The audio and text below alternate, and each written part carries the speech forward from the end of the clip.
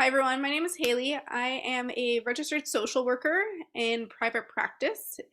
I have a private practice in York Region and I work with people across the lifespan. So I work with kids all the way up to adults. And I focus and I work with people who've experienced trauma, anxiety, depression, stress. I get a lot of individuals who are, changing jobs, experience stress within the workplace, and I help them get to a better place and help them through their journey. I walk with them through that path to finding where they need to go and what they need to do, helping them to unlock their inner selves. So, who here has experienced stress before? Yeah, everyone probably at some point in our lives, it's a very natural phenomenon. We all experience stress, and stress has a huge impact on us. And I'm going to talk a little bit about that today. And then at the end, because being a social worker and a therapist, I'm going to lead us on a little bit of a 5-minute guided relaxation to help you guys release some of that stress today. So you're not leaving here feeling stressed. So I'm just going to share my screen for now. We're going to go there.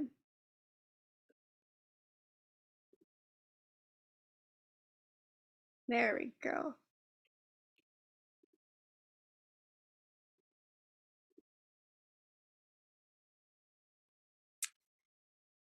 So this is kind of a little bit about what we're going to talk about today.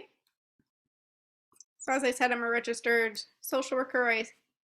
My specialty is in trauma, but I do work with lots of other things. So stress in the brain. So stress actually activates a part of our brain called the fight or flight. And this part of our brain was developed specifically in response to danger. And its response is all about safety. And so it can either paralyze us or we gather all that energy to help us fight the situation and get through it.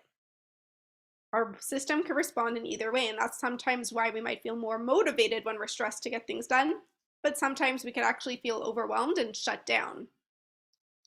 And so if it gets to that point where we go into shutdown and it's too much, we could actually have a reduction in brain function, and we could have impaired memory, and it actually can change the brain and the brain size. So your neural networks actually all change. That's just a little bit of science. And how that can impact an entrepreneur. So you could have problems solving your situations, paralysis, just can't do anything. You lose things, trouble keeping track, and you actually start to lose your creativity, which is super important as an entrepreneur. We need to be creative in how we're getting out there and how we're problem solving and doing things. And we also often have less energy. So here are kind of just 3 ways that we can get ahead when we're starting to feel stressed. So the first is practicing mindfulness. Now, people think mindfulness is meditation. Not necessarily. Mindfulness can be more than just meditation. Mindfulness is about being fully present in the very moment, internally and externally. So with some of my clients, we'll go on a mindful walk and we'll just notice things around us.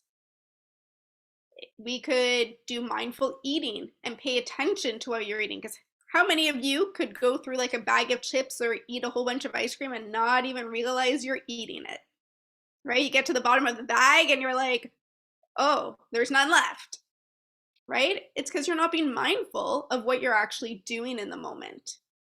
So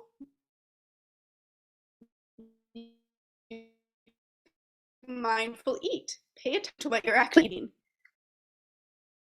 There's mindful dancing. Mindfulness doesn't just have to be sitting there and sitting quietly with nothing else going on. For the longest time on Facebook and Instagram, I was posting kind of in the morning a mindful activity for adults and then how to actually adopt that activity for kids. So if you're interested in some mindfulness ideas, you could always head to my Facebook page or Instagram and check those ideas out. They were my Mindful Mondays. Right now I'm taking a break from Mindful Mondays on my Facebook page and I'm doing Motivational Mondays. So the next way is self-care. Entrepreneurs are notorious for not taking care of ourselves because we're so busy within our work and helping other people. I'm the same way, right? So in the chat, if you can, write out some of the things that you like to do for self-care. What fills your bucket? Anyone? Let's see some of those ideas. Right, I can't see them. I can't get to the, there we go, there's the chat, though I can't find my mouse anywhere. Tammy, if you want to help me, and if you could read some of them, because I can't get to the chat box for some reason. Yeah, absolutely. Yeah, so we have exercise. We've Yeah. got reading, getting good night's sleep. Yep. Napping, reading, watercolor painting, going for walks, time with family, skincare, music, meditation, journaling, going for a walk, listening to music, and I put watching TV as well. Excellent. Yeah, those are all great ideas. Self-care is very dependent on the person. Some people, you know, might like doing a manicure, getting your hair done, while other people might like taking a nap. It's important to find what rejuvenates you. There's also some activities that might, you know, de-stress you and calm you down, but not actually give you energy to keep going through the day. So I want you to pay attention to what type of self-care are you using and when, right? So for me, reading a book helps relax me and helps de-stress me, but it doesn't give me energy to keep going through the day. So it's not something that I'm going to do like at noon if I'm feeling burnt out, because I still have a whole rest of the day to get through, and I need something that's going to actually upregulate me and help me get more energy. So for me, that thing is baking. I like to bake. Baking gets me lots of energy to keep going with my day. So pay attention to what even those self-care things do for you. Does it just relax you? Does it give you more energy to do things so that you could start using it more effectively in your life? The last way to get ahead is to be proactive, okay? Oftentimes with stress, we are reactive. So we wait until we're stressed out and then we're like, oh my God, I'm so stressed and I can't do anything. That's not very helpful for us, and it's actually better to be proactive. You know, one of the things is, what do we put in our schedule? Anyone have any ideas? What goes into your calendar? The meetings, Meetings? Yeah. events. Events? Anyone else? Some rarely people, so the good people put self-care into their calendar. Times for working on the business, so times where I block it for doing activities that, yeah, like to do different projects and stuff. Yeah, projects, work, kids activities if you have kids, appointments, right? None lunch. of Shireen said lunch. That's a good one. Good lunch. for you, Shireen. There you go. Not many people do that. I know I don't do that personally. Fran says bills. Bills, right? So kind of all necessary things in some respect, but a lot of that isn't kind of that self-care, our time. We don't schedule ourselves in and time for ourselves into our calendar. I want you to think about, if you put yourself into your calendar, what would that tell your brain? What's that message being sent to the brain? Because all the appointments, activities, bills, those are all important things in our lives. So if you schedule yourself into your calendar, what does that say about you?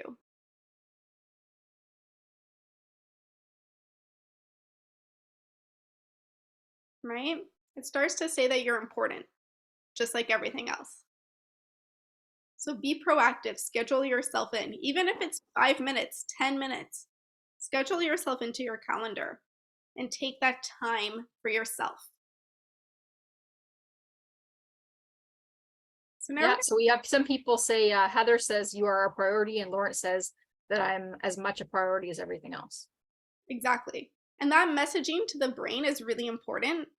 I've recently trained in hypnosis, and the power of suggestion is such a real thing. So the more you can suggest to yourself that you're important and that you're worth it, that will actually change the chemistry of your brain and stuff. So that suggestion to your brain, because you're putting yourself in that to your calendar that you're important and that you're worth it, will go a long way. So now we're going to do a little bit of a guided relaxation. So I'm going to stop sharing for a second so that I could share the music. I'm going to take you on a little bit of a journey. So I want you guys, as I'm getting ready, to just find a comfortable space, readjust yourself if you need to.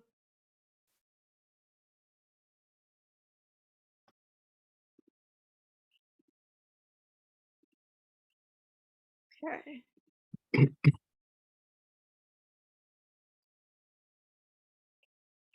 And you could keep your eyes open, or you could close your eyes if you want. If you feel safer turning off your camera for this part, you could do that as well. Do whatever feels comfortable and safe for you and for your system.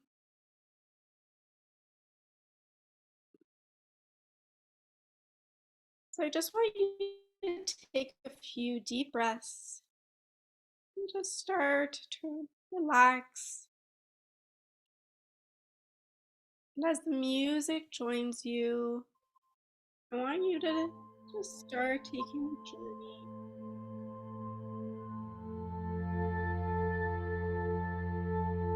I want you to focus on the sound. You focus on that sound. You begin to notice rise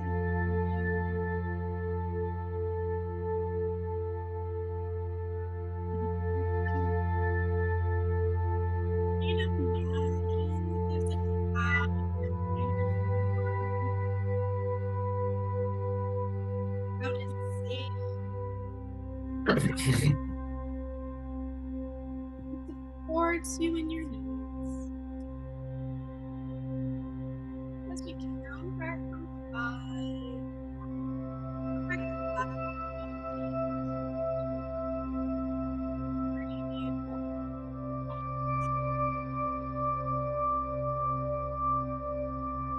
just letting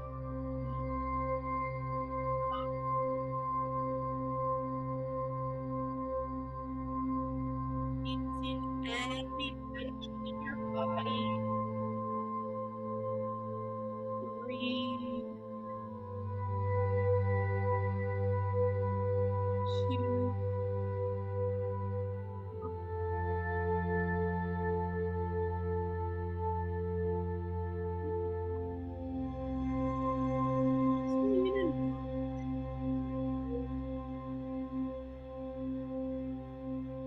allow this cloud to come to wherever you wants to fly high in the sky. Wants to stay close to the take you wherever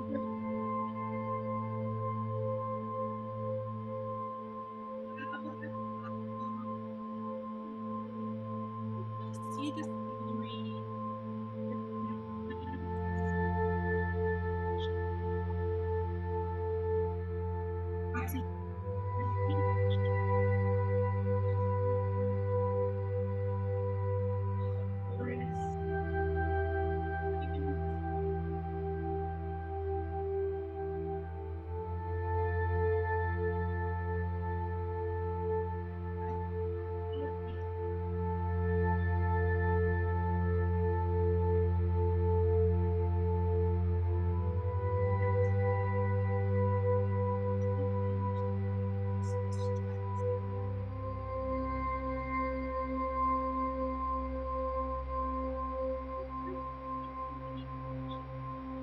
Letting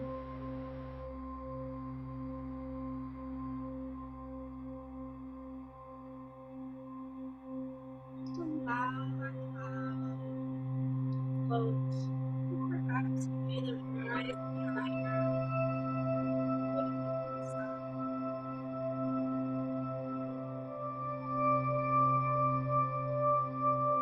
Haley, can you talk a bit louder though? We can't really hear you. Yeah.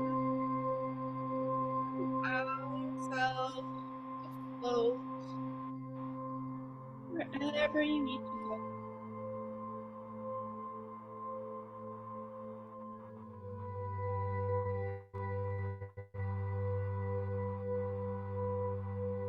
As you float on this cloud, you feel the comfort and the safety. Although it's been just a few moments and a short time, you've certainly been here long enough to take with you this sense of relaxation.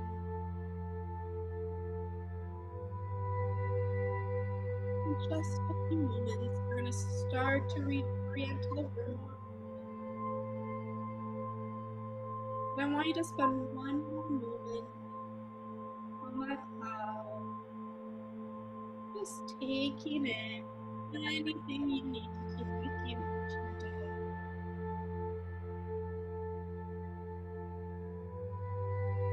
As I count back up to 5, we're just going to come back to the moment.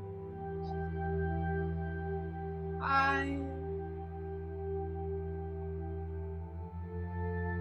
1. The cloud begins to come back into the chair. You're sitting. 2, beginning to move our body and awaken it. That's right, I see some of you moving around. 3, opening our eyes. 4, taking a nice stretch. 2, just waking our body up. 5,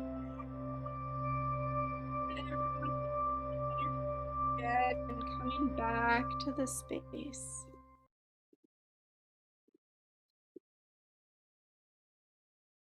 I encourage you to keep waking up your body. Take a drink of water or something if you have it with you. That'll help wake you up even more. That's right, I see lots of you taking that drink with me.